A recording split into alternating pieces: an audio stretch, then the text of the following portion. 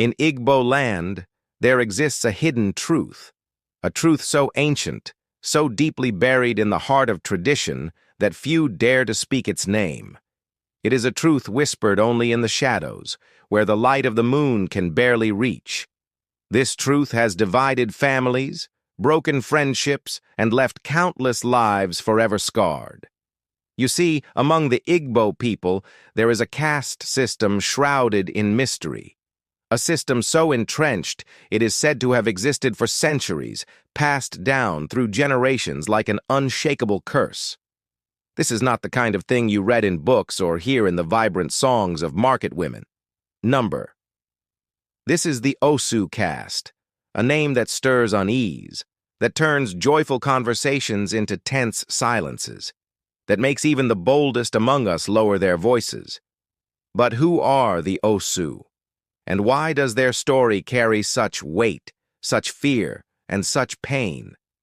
The Osu were once the outcasts, the ones set apart from the rest, their lives bound not by their actions, but by the chains of a past they had no control over. Declared as sacred, marked for the gods, they were untouchable, not in reverence, but in rejection.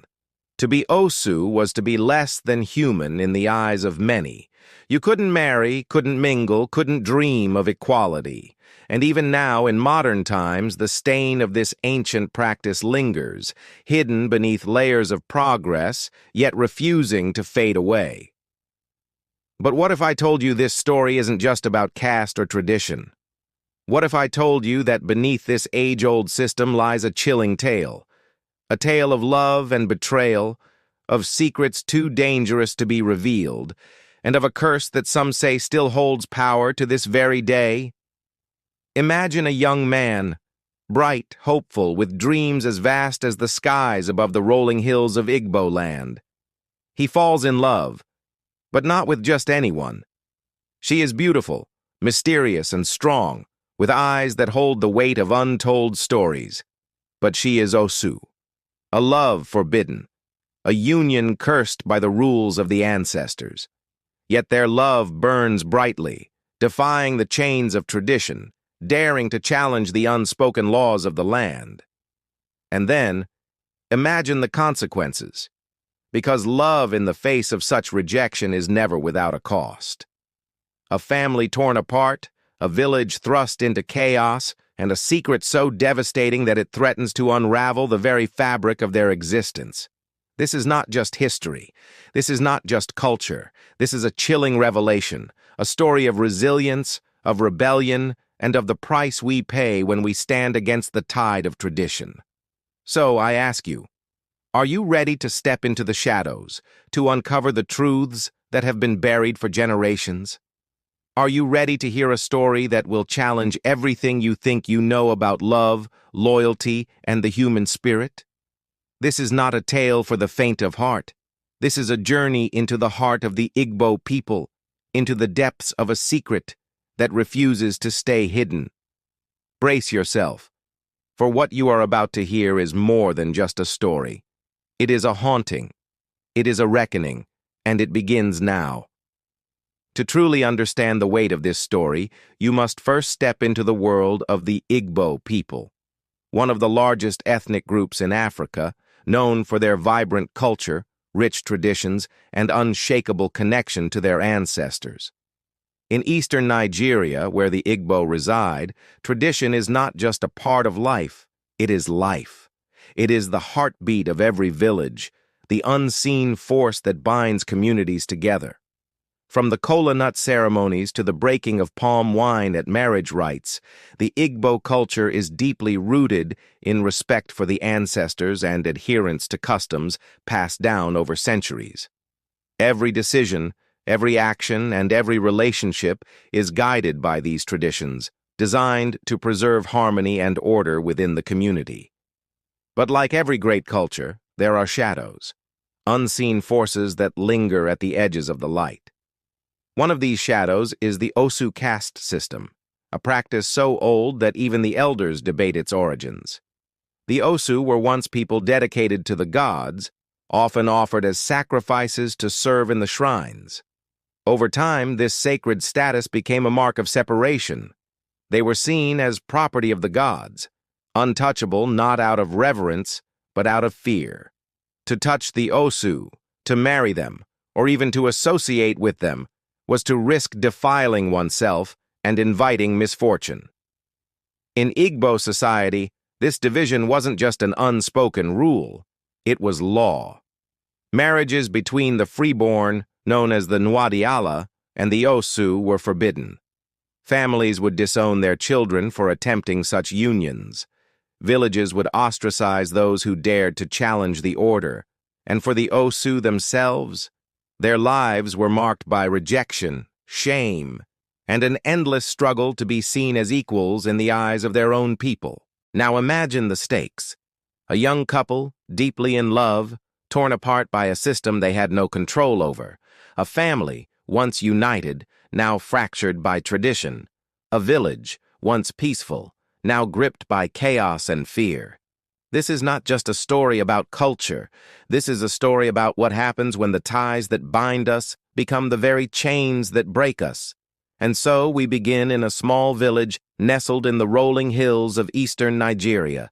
Here, the sun rises over red earth, the sound of children's laughter fills the air, and the rhythm of the day is set by the beat of tradition. But beneath this serene surface lies tension, a tension that would soon erupt in ways no one could have foreseen. Meet Obinna, a young man of 23, the pride of his family. With a smile as warm as the morning sun and a heart full of dreams, Obinna had always believed he could achieve anything. He was the first in his family to gain admission to a university, a symbol of hope in a world where opportunities were scarce. His mother often said he was destined for greatness, and Obinna believed her. Then there was Adana. Beautiful, kind, and with a spirit as fierce as the Harmattan winds, she was the girl who turned heads wherever she went. But Adana carried a secret, one she had learned to hide behind her radiant smile. She was Osu. Their paths crossed one fateful evening during a village festival. The air was filled with the aroma of roasted yam and fresh palm wine, and the drum beats echoed through the hills. Obinna saw her from across the square, her laughter rising above the noise, and in that moment, he was captivated. He didn't know her story. He didn't care. All he saw was the girl who made the world around her disappear. But in a community where everyone knows everyone, secrets don't stay hidden for long. Whispers began to spread. The elders frowned, families murmured their disapproval, and when Obinna's parents discovered the truth, their reaction was swift and unforgiving. "Obinna, do you not understand?" his father bellowed one night, his voice shaking with anger. "You cannot bring shame upon this family. She is Osu. If you marry her, you will become one of them. Is that what you want?" Obinna's heart broke, but he couldn't let go. "Father," he pleaded, "what does it matter? She is kind. She is good. Why should her lineage define her worth?" His father's response was cold and final, because that is the way it has always been. And so the battle lines were drawn, tradition against love, the past against the future, a family's honor against a young man's heart. What would you do if society branded you untouchable? What if the one thing you desired most was forbidden by rules you had no power to change? Let us know in the comments, and stay with us as we dive deeper into this tale of love, defiance, and the devastating cost of standing against the tide of tradition. This is where our story begins. Imagine a young boy, Namdi, no older than 10. His father is an Osu, and so he is Osu too. One day, Namdi runs to the village square, excited to join the other children in their games. But the moment he approaches, the laughter stops. The children look at him, their expressions a mix of fear and disdain. One boy steps forward, his voice loud and cruel. "You can't play with us. You'll make us dirty." Namdi doesn't understand. He looks down at his hands, his feet. They are clean. He doesn't feel different. But the other children run off, leaving him standing there, confused and heartbroken. This is how it begins. The isolation, the rejection. It starts early and never ends. As Namdi grows, he learns the rules of his world. He cannot drink from the same cup as a freeborn. He cannot enter certain homes or sit at certain tables. He cannot marry anyone outside the Osu lineage, no matter how much he loves them. These are the unspoken laws passed down from generation to generation, as unyielding as the rocks that line the village paths. But the most painful of these restrictions is the one that binds the heart. Marriage, the union of two souls, is forbidden between the Osu and the freeborn. This rule is not just tradition. It is enforced with brutal finality. Families will disown their children, villages will shun those who dare to break it, and the gods themselves are said to curse those who defy this sacred boundary. Now imagine Adana, a young freeborn woman with a heart full of dreams. She meets Obina, an Osu man, at the edge of the forest one evening. He is kind, intelligent, and hard-working. His laughter is infectious, his smile warm. Adana feels a connection she has never known before, a love that feels as though it could move mountains. But her family has other plans. When her father finds out, he is furious. "You will not shame this family," he thunders, his voice shaking with anger.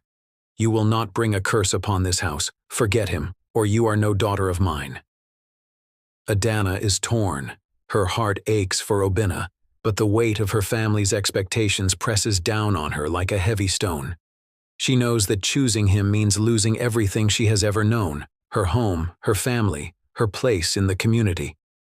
What would you do if the world told you that your love was a crime? If the person who made your heart soar was deemed unworthy not because of who they are, but because of a history they cannot escape? The Osu settlements reflect their place in society. Tucked away at the edge of the village, they are places of quiet resilience and hidden pain. The huts are small but well kept, their thatched roofs patched with care. The paths are lined with neat rows of stones, a testament to the pride the Osu take in their homes, even in the face of rejection. But the atmosphere is different here. There is a silence that hangs in the air, not of peace, but of exclusion. The sounds of the village, the chatter of women at the market, the laughter of children at play, do not reach these settlements. Here, the Osu live in a world apart, bound together by shared struggles and unspoken grief. Even in death, the Osu cannot escape their fate. While the freeborn are buried with grand ceremonies, their lives celebrated with music and feasting, the Osu are buried in silence. Their graves are often unmarked, their passing acknowledged only by those who share their burden. But amidst the pain, there is strength. The Osu are not broken. They find joy in the small moments: a child's laughter, the warmth of a shared meal, the beauty of the setting sun. They build their own community, their own traditions, their own sense of identity. And yet, the question lingers: how long can a people live in the shadows before they fight to step into the light? This is where our story takes its next turn. For while the Osu have lived under the weight of tradition for centuries, every chain has its breaking point. And sometimes it takes just one act of courage to ignite a revolution. Stay with us as we delve deeper into this tale of love, defiance, and the unyielding power of the human spirit. The story is far from over. In fact, it has only just begun. Traditions, they say, are the lifeblood of a people. They connect us to our ancestors, give us a sense of identity, and teach us who we are. But what happens when a tradition becomes a burden? When it divides rather than unites? When it breaks hearts and destroys lives? For centuries, the Osu caste system stood like an unshakable wall in Igbo society. But then, the world began to change. Christianity arrived, bringing with it a message of equality and a call to break the chains of discrimination. The missionaries who came to Igbo land preached that all people are equal in the eyes of God, that there is no Osu or freeborn, only human beings. At first, their words fell on deaf ears. The elders of the villages dismissed them, saying, "You do not understand our ways. This is how it has always been. This is how it must remain." But slowly, the seeds of change began to take root, especially among the younger generation. Imagine a village square on a bright afternoon. The sun is high, casting long shadows as the people gather. On one side stands Isa, the village elder, his voice firm and unwavering. "This is our tradition," he says. "It has kept our people strong for generations. Without it, we lose who we are." On the other side stands Chijioki, a young man who has just returned from the city, where he has seen a different world. "But at what cost, Easy?" he counters.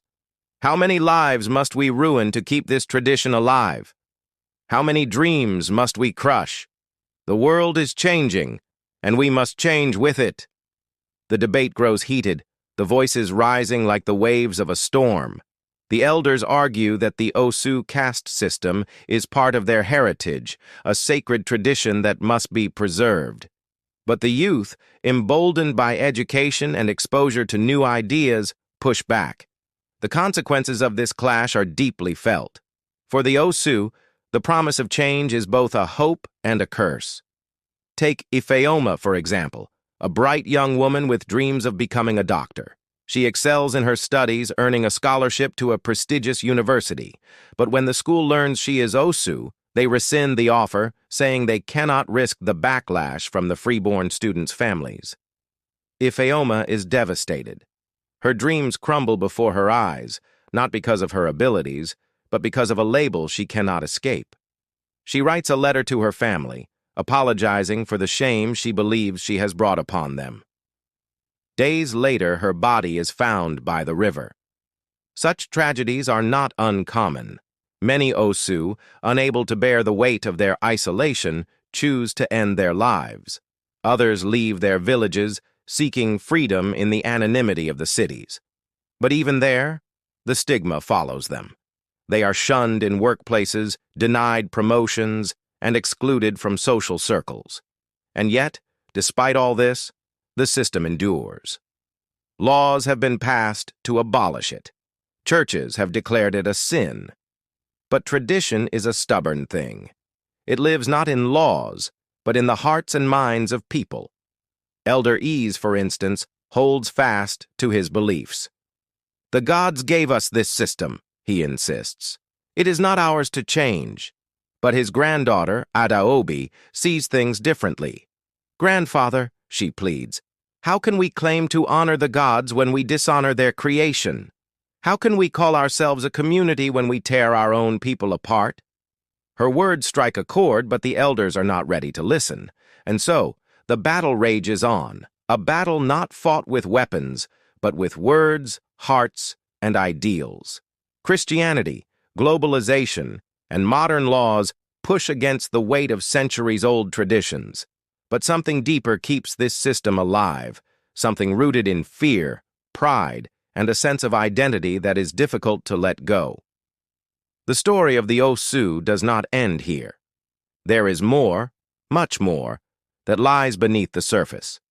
The question remains: will the chains of tradition finally be broken, or will the shadows of the past continue to haunt the present?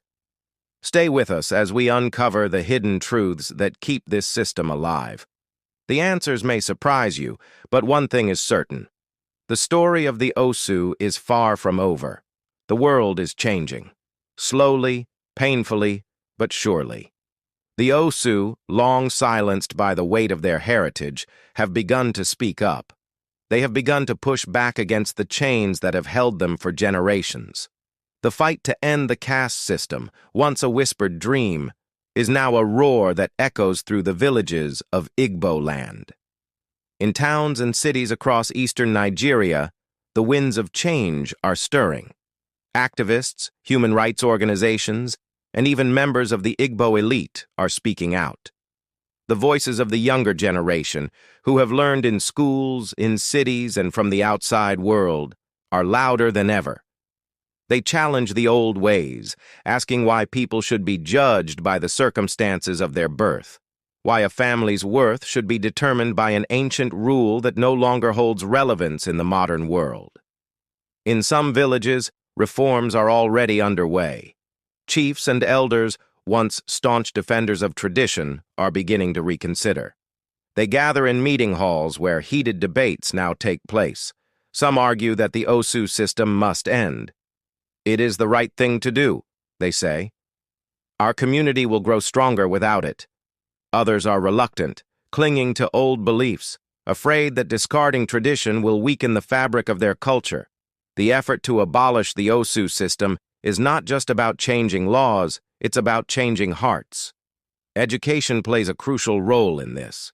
In schools, children are taught that all people are equal, that the blood that runs through the veins of an Osu is no different from that of a freeborn. They learn that love, respect, and dignity are universal, not bound by lineage or birthright. In these moments of change, there is hope. But as with all revolutions, the road is not easy, and progress comes in fits and starts. While some people have begun to embrace the idea of a more equal society, the road ahead is still filled with resistance. There are deep-seated fears that change will bring chaos, that the old ways must be preserved to ensure order and stability. The Osu, for all their newfound voices, still face deep challenges. Intermarriage remains one of the most sensitive topics. Many young couples, once hopeful of uniting across the caste divide, find themselves caught in a fierce struggle. Families, fearing the wrath of their community, sometimes force their children to break off their relationships, leading to heartbreak and bitterness. There are stories of couples who run away, seeking refuge in other cities and foreign lands to escape the pressure of the caste system. And then, there are the chieftaincy disputes. In some areas, the Osu are still denied the right to hold traditional leadership positions. The rule that they are unfit to lead has been challenged, but it's not easily overturned. Chiefs who come from Osu families are still denied recognition, their bloodline still considered impure. These disputes have led to violence, division, and anger in some villages, as people demand change while others cling to the old ways. But even amid these struggles, the story of the Osu is evolving. Slowly, the bonds of tradition are being loosened, the chains that once defined a person's life are being broken. It is not an easy process, but it is a necessary one. For the Osu, the battle for equality is not just a fight for their rights, it is a fight for their very humanity. It is a struggle to be seen, to be heard, and to be recognized as equal members of society. And while the scars of history may never fade completely, the future holds the possibility of healing. As we stand on the brink of change, we must ask ourselves, what kind of society do we want to build? A society where people are defined by their birth, by the lineage they carry, or a society where every individual, no matter their background, is treated with dignity, respect, and love. The Osu story isn't over. It's still unfolding in the shadows of Igbo land. As new generations rise and as the world around them continues to change, the question remains: will the past continue to haunt the future, or will the legacy of the Osu be rewritten? What do you think? Should centuries-old traditions be preserved, or is it time to leave them behind? Share your thoughts below. As we wrap up the story of the Osu, one question still lingers in the air. Where does the power to uphold such an ancient and divisive system come from? What forces, unseen and powerful, have shaped these beliefs over centuries and continue to hold sway over the lives of people today? For centuries, the Igbo people have lived in the shadow of powerful deities, spirits that are said to protect, guide, and sometimes punish those who defy them. The gods of the Igbo land are not distant, uncaring figures. They are very much a part of the people's everyday lives, watching over them, whispering in the wind, and guiding the decisions that shape the very fabric of the society. In the next episode, we will delve into the secret rituals that have been passed down through generations. These rituals are hidden from the outside world, shrouded in secrecy and steeped in mystery. What happens in the quiet corners of the villages, far away from prying eyes? Who are the spirits that are still believed to control the destinies of the living? And how do these ancient customs shape the decisions made by modern-day leaders, families, and individuals? You'll discover the sacred ceremonies performed to appease the gods, the sacrifices that are still made to ensure the peace and prosperity of the community. You'll learn about the masked figures, the drummers, and the dancers who play key roles in these powerful events, and the chilling rituals that no one dares to speak of outside of the sacred circle. The spirits of the ancestors are still very much alive in Igbo culture, guiding the people in ways both seen and unseen. But what happens when these spirits demand more than just respect? When they demand sacrifice, or when their anger is stirred? How do these ancient forces continue to shape the lives of those who still live under their influence? So, next time we'll explore these hidden corners of Igbo belief, uncovering the rituals and secrets that the outside world has long forgotten, or perhaps never knew. The story of the Osu might be far from over, but the spirits of the land have their own tale to tell. Don't miss it.